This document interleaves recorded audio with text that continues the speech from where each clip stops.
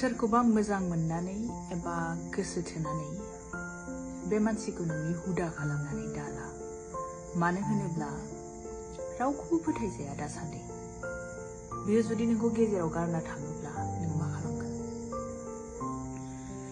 जेरै नों जौ सिगारेटखौ साडेनलि गारनो हाया, गोबाव सम नांगौ जायो। एबा जायखिजाया बेराम जायोब्ला बेरामा गानो थाखाय सम नांगौ जायो। थिग बेबायदिनो गोसो थोनाय आरो मोजां मोननायाबो आंनि बायदिब्ला। नों बे मानसिखौ मोजां मोनबाय थागोन, गोसो थोबाय थागोन, बिनि नों